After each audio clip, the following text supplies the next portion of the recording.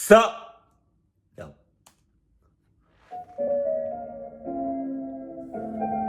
Hell mother, hell nah.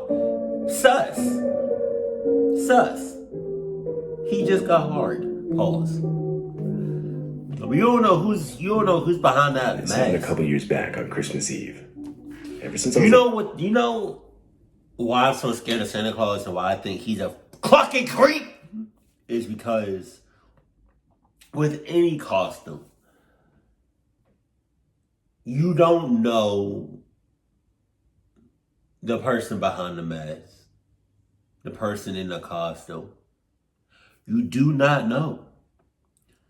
You know, and because you don't know, as humans or as me, my mind starts to wander. Maybe he's a creep. You know, maybe he's a pedophile. Maybe he's a molester. Maybe, he owns several hundred of Nike shoes.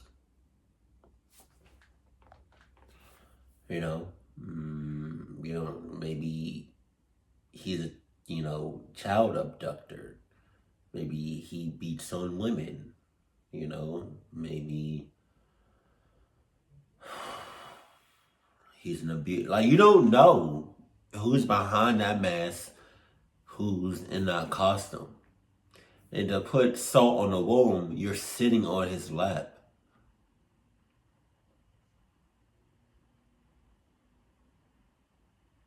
Like if you really think about it, like you sitting on a stranger's lap.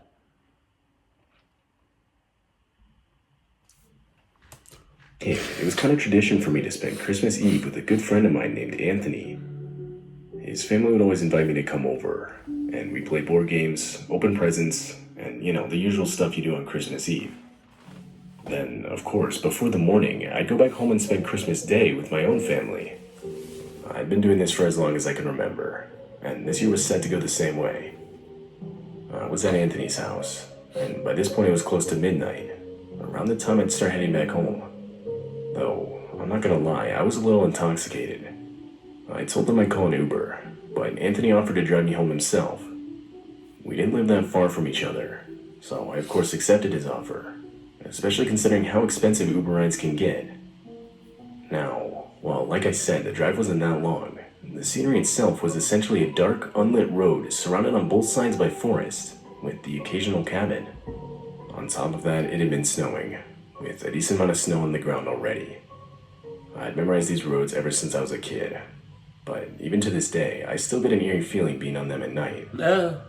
Anyway, as Anthony continued driving, something suddenly appeared to be running across the road in front of us. It wasn't close enough to where we almost hit it, but it did cause Anthony to slam on the brakes. Now, mind you, the road is pitch black, so while we did look out the window into the woods to see if we could see what it was, realistically, all we could see was what was being lit by the car's headlights directly in front of us.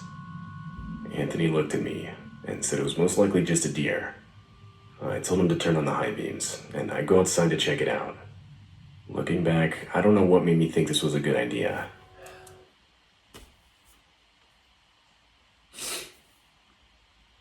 Cluck you. It's dark as shit, almost pitch black. The only lights on the street are the ones coming from your car. Right? So it's snowing.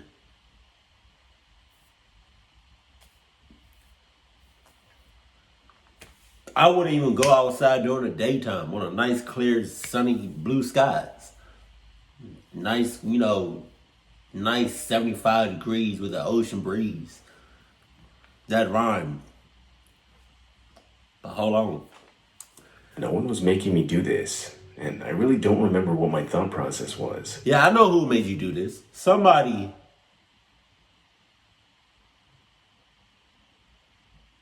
with the power of Nike made you do that cluck shit you doing right now. Because damn sure nobody with the power of Adidas. Maybe it's because I was slightly inebriated, but I really don't know. Inebriated? What's that? Anyway, I get out of the car and start walking up to where I'd seen the figure run across the road. Wow. But after only a few seconds, I stopped dead in my tracks. On the ground right in front of me were human footprints in the snow. Wow. And they were clearly fresh. There was no doubt in my mind. Whoever made these footprints is who we saw. My heart started pounding. I was now 100% sobered by the situation. I stood there, following the footprints into the woods with my eyes, when suddenly the car's horn blares out. I jumped in reaction. I was so focused on the footprints that it startled me. I looked back at Anthony, confused, but he kept honking the horn. I walked back to the car and got inside. I asked him why he was laying on the horn like that. He didn't say anything.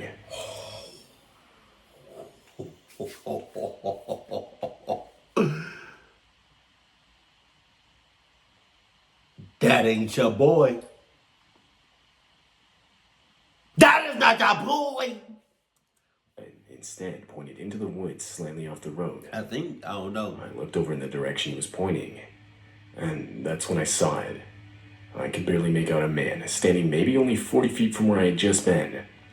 He was staring directly into the ground, so I couldn't see his face. Though he had short black hair, and was wearing jeans and a t-shirt, which definitely was not enough when considering how cold it was outside.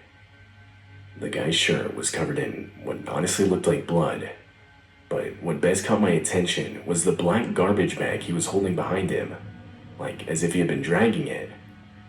I sternly told Anthony to drive, and he would listen. As we drove past the man, he did absolutely nothing, rather just kept staring into the ground. Once we had arrived to my house, Anthony would explain what happened. While I was out looking at the footprints, he had begun to notice a figure moving towards me. He would then lay on the horn, which caused the figure to freeze and me to look back at Anthony. Shortly after, followed by me walking back to the car. We would later call the police and report a man in the woods dragging what looked like a body in a black garbage bag. But they would never find anybody. In fact, they wouldn't even find the footprints. Jesus, probably due to them disappearing because of how hard it was snowing at the time. For obvious reasons, Anthony would end up staying with me and my family that night. Ever since the encounter, both Anthony and I do our best to avoid that road. Hey, if I was Anthony, and my peoples did what old dude did, get out the car and curious and being curious and all that shit. Regardless if that was my friend or family member, I would disown you right then and there. I would have just left you out there with the old dude. Cause why would you do some cluck shit like that? I see, like I can't associate myself with clucknesses. What? With cluck people, with people that have cluck tendencies. I can't even with the word cluck. I cannot associate myself with cluckies. And you're a clucky. What a cluck would you go outside and investigate, you mother clucker? Actually at night. You a dick for that, going outside. I need a real gaming channel. This happened on Christmas Eve when I was 26. Right. At the time, I lived alone in a small house in a semi-desolate area of West Virginia. My family, however, was located on the other side of the country. So this, along with the fact that my job required me to work long hours, I often stayed home for Christmas. And this year was no different. I, of course, had to work on Christmas Eve. When I got home, I was exhausted. Even though it was only about 8 p.m., I decided to just grab something to eat and go to bed. So that's what I did. Fast forward a few hours, and I woke up to the sound of footsteps upstairs inside my house. Now, it's important to note that my bedroom was in the basement of the house. What? Therefore, pretty much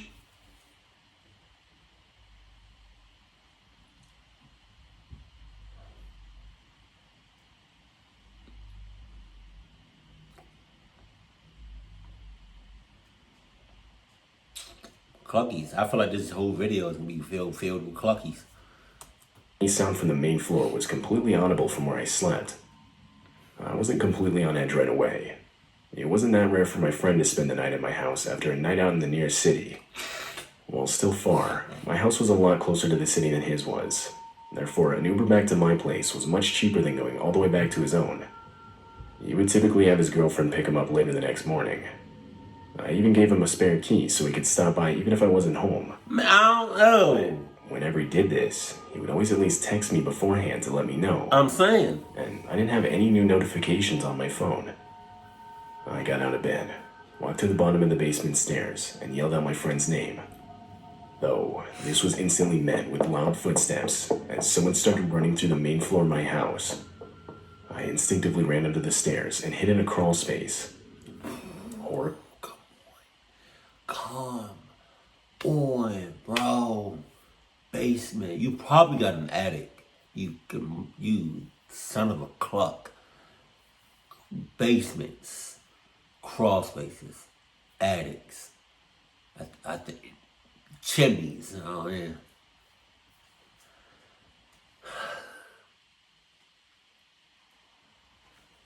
Finally, the footsteps began rushing down the stairs. There was nothing I could do at this point but pray that whoever was in my house would not check inside the crawl space. I sat there and listened as footsteps ran all throughout the basement. Whoever this was began flipping couches, moving furniture, and forcefully kicking down closets, all in what I can only assume was an attempt to find me. I couldn't control my breathing at this point, and my heart was beating out of my chest. Should the crawl space door be found, I had nothing to defend myself. I'd left my phone in my bedroom, so I had no way of even calling someone. That's when I could hear a male scream of frustration echo throughout the basement. Shit. And this was shortly followed by the man running back up the stairs. I would wait in my basement's crawl space for the next what had to be close to 2 hours. Periodically throughout this time, I would hear crashing/banging sounds from the main floor. Though, after there was a 15-minute period of silence, I took the opportunity to run to my room and get my phone. The first thing I noticed when I exited the crawl space was the complete and utter disarray of my house's basement. Not much was necessarily broken. Rather, the basement was just in a state of complete chaos. However, my cell phone was miraculously left on my nightstand. So, I quickly grabbed it, ran back into the crawl space, and called the police. I would wait in the crawl space for the next 20 minutes until police arrived. When they did, I would go upstairs and reveal myself. The main floor was a mess, almost just as bad as downstairs. On top of that, all the doors into the house had been left completely open. I would explain the situation to the officers that arrived, and they would proceed to completely check the house from top to bottom. At no point did they find the intruder, though they did find where the intruder had entered the house. This would turn out to be the back sliding glass door that had forcefully been pried open. The police officers asked for all the information I knew and filed a report. Though I got the sense I wasn't much help to them. I didn't really have much to give them other than what I heard, as I never really saw anything. Ultimately, they told me to stay with friends or family until I could get the back door fixed. So that's what I did. I stayed with a friend that night and ended up spending all of Christmas Day cleaning up my house and fixing the back door. This experience happened years ago now, and I still have not even a clue who the intruder was. Nothing was stolen, so it obviously wasn't just your everyday house intruder. Ever since it happened, I've sort of just stuck with the belief that it was some random guy who was not mentally stable. But I don't think I'll ever be able to confirm this. I still do everything I can to not think about what would have happened had the intruder looked for me in the crawl space. I lived in that house for another year after that. Wow. And nothing else would happen during that time. No, you didn't. No, well, nothing that you didn't know of. I'm pretty sure he still knows about you. When I was 19, I had a part-time job working in my town's local movie theater. This happened on Christmas Eve, a night that I was scheduled to work. I never really understood why the theater stayed open over the holiday. It was always completely dead, or at least in my town. Though, this fact alone made working the Christmas Eve shift not that bad. Yeah, you have to work, but there's not really anything to do. You could basically just sit there on your phone until close. We would typically close around 1 a.m. I had an 8-hour shift, and the second half of it I would be working alone. This would mean I'd be the one responsible for locking up the building, something I had done on multiple different occasions. As I expected, the shift was pretty uneventful. We'd get maybe 1 or 2 people coming in every hour at most. Wow. At around 10 p.m., because where I sat during my shift had a view outside, I couldn't help but notice a car just sitting near the back end of the parking lot. Like headlights facing the building, just sitting there. Wow. I didn't think it was weird at first. It wasn't uncommon for moviegoers to wait in their car until their movie started, so that way they wouldn't have to watch the commercials that played beforehand. But Bro, you sus. You hella sus. How you gonna wait in your car, or wait period, and not watch the commercials? The commercials and the previews are one of the best parts of the movie. I promise. I realized this wasn't the case when the car was still there near the time I'd start closing up. By this point, there were literally only 2 cars left in the parking lot, mine and the one in the back, still running and with its headlights on. I began closing up, hoping that by the time I was done, the car would be gone. But it wasn't. It was still there just as before. All I had left to do was lock the front doors and I could leave. I was dreading this, but I figured the quicker I got it done, the quicker I could go home. I stepped outside and turned around to lock the front doors. But when I turned back around, 3 of the car's doors had been opened. This would be shortly followed by 3 grown men stepping out and starting to speed walk in my direction. I was now in a full panic and started sprinting towards my car, not even trying to hide it. This would be met with the men doing the same. Luckily, however, I was closer and was able to get inside and lock the doors before they could reach me. But as I started to back out, I saw the men running back towards their car. And as I was exiting the parking lot, the car pulled right up to my bumper. I instantly knew they were going to follow me. I didn't know what to do or even where to go. If I went home, they would know where I lived. I ended up calling my dad in a panic, and he would have me meet him at the nearest police station. The car followed me all the way there. Once I reached the police station, however, the car would zoom past me. This was hands down the scariest thing I've ever had to go through. I live in a town where stuff like this is extremely rare, so I guess I never really thought I myself would ever encounter a situation like this. That's where you clocked up at.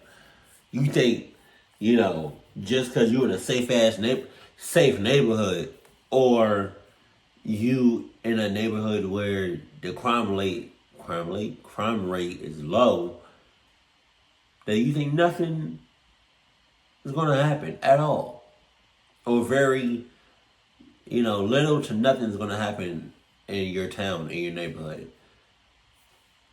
When in reality is when you need to think about that shit the most. Had I taken a few extra seconds to get to my car, I would have been subject to whatever these guys had planned. Which, I still don't know what that was. But from what I could tell, it clearly wasn't anything good. Come Christmas morning, and I would call my boss to inform him of what I had experienced. Afterward, I would never be scheduled to work the late shift again.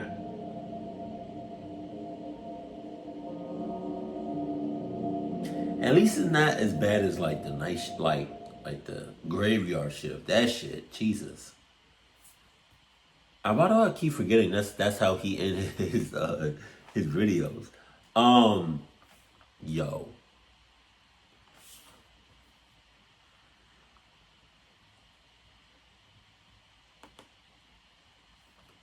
I mean, this was a Christmas theme, jump, but like, I'm just speaking in all aspects, like in all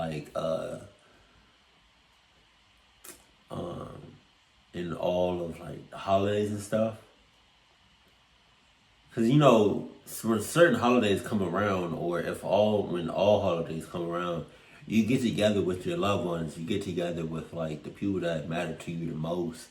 And for some people, it can mean like getting together with that one person, or 25 people,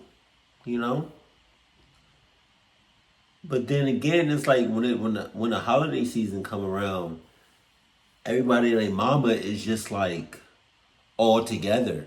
And then when you're all together, it's like many crowds that's around the area, that's around the town, that's in the town. You know, like say for instance, you go to a mall, and it's around Christmas time. You'll have like small amounts of families, or I don't know how you'll have a lot of people during the holidays being around each other than you would do like say like on just a regular day that's not even close to a holiday. All I'm saying is you got cluckies out there, you got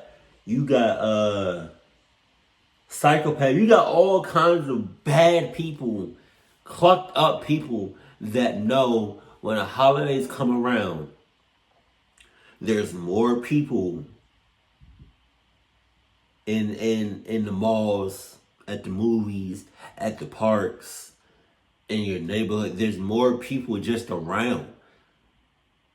And I guess for the bad people, for the clucked up people, that's good for them, because it's like you have more of an opportunity to cluck up a lot of more people, which is again because clucked up. But I think I've been fortunate enough where my Christmas was not ruined in any way. Thank God. And I hope my future Christmases, nothing goes wrong for the most part. But even though it's the holidays, even though it's Christmas, still have your guard up. You feel me?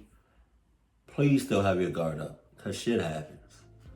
Keep it cool, keep it classy, and I love you. Stay happy, my family.